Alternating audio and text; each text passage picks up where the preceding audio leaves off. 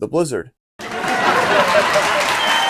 What's up, everybody? Welcome back to the Blizzard. We are already like almost done 2024, and there have just been a plethora of albums that have come out, and I have done very little to actually produce actual content on these said albums.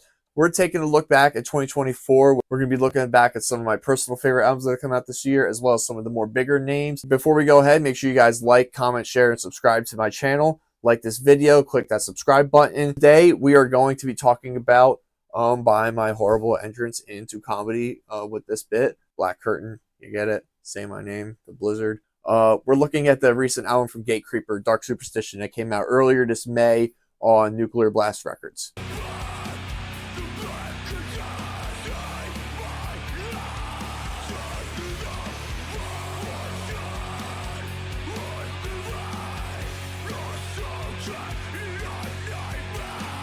Gatecreeper formed back in 2013 in Phoenix, Arizona, and have just been a staple in the modern old school death metal revitalization. They're one of the old school death metal bands that became, before old school death metal super popped off, with like your maggot stomp bands like Frozen Souls, Sanguisuga Bog, Vomit Forth, Undeath, 200 Stab Wounds.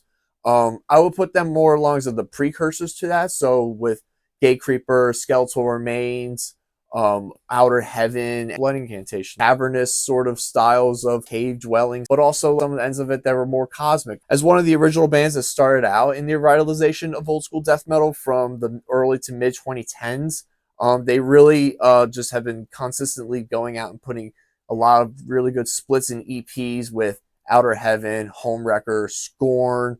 They've done a split with Exhumed. They've done splits with a plethora of other bands, including Iron Reagan, a compilation with Dying Fetus, Incantation, and Genocide Pact.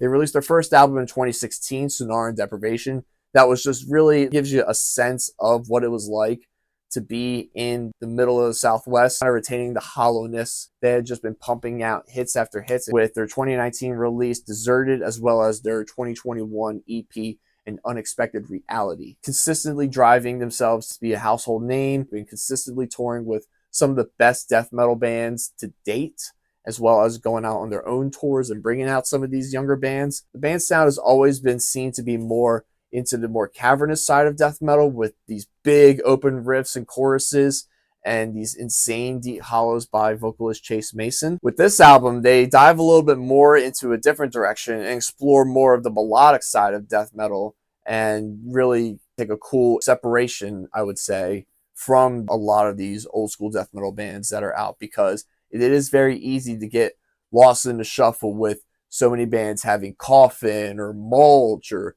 Rot or Cave or Creep and all these different gross words with the bands in there. It can also get lost within the sound as well. With this album, I really think it shows the band's willing to explore creativity and musically expand out their influences beyond death metal, adding a sort of different twang, I guess, to it. But the twang is more of a razor's edge, but the razor's edge is just stomping because it's at the bottom of a shoe.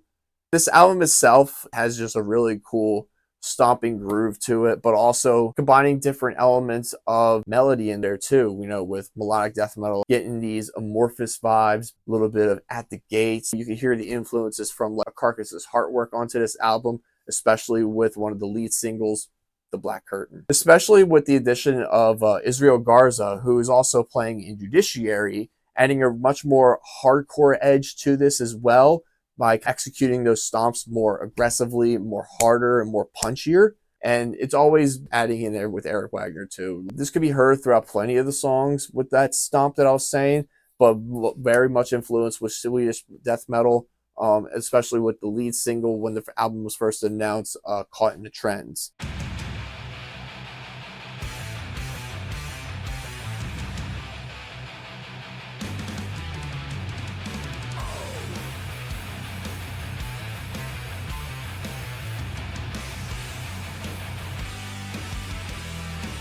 But on the other side of things, hearing songs like the previously mentioned The Black Curtain and Oblivion, for example, have a much more subtle or uplifting note to them, kind of giving them a more of an optimistic sense of things that you really don't hear a lot in death metal.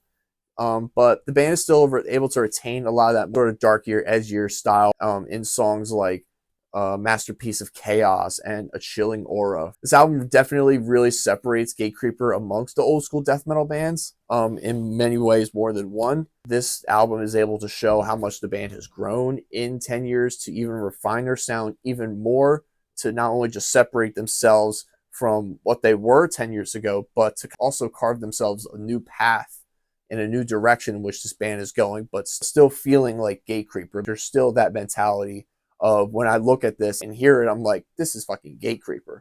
But it's a much more finer aged Gatecreeper. I don't know how else to say it, really. Personally, this album has been one of my favorite albums to listen to front and back, and is really much a high contender for album of the year, especially in death metal.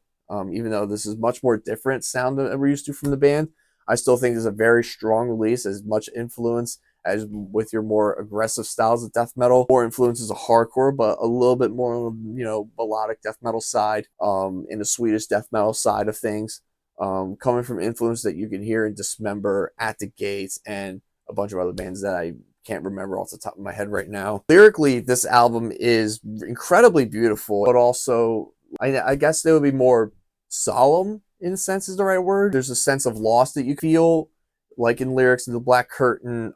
I smell the flickering candles, I hear your voice, your hand reaches through the darkness and sets me free. In tracks of Superstitious Visions, Pleasure and Pain, It's Heads or Tails, Numbing Your Mind, Risk, Take a Chance, Touch My Soul, Make Me Feel Alive. Whether it's a longing sense or an urgent sense, I still feel this album is very strong lyrically as much as it is musically. The album closes off with the song Tears Fall from the Sky, which I feel is a very emotionally driven song with this beautiful dueling guitar from Eric and Israel, and it just really has a really nice closing of the chapter feel to it. There is a big decompression from what this album has gone through and put the listener through emotionally, whether it's highs or lows or anger in there as well. It's a nice take a breather and relax, and the after credits are rolling, so to speak. The song is coming to full circle. The album is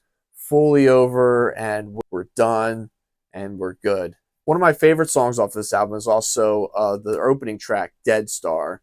And I feel like one of my favorite strengths about that song is that powerful chugging that you would hear riff-wise, but also kind of retaining those melodies that you are noticing. Very much chord driven, but with these cool interludes, the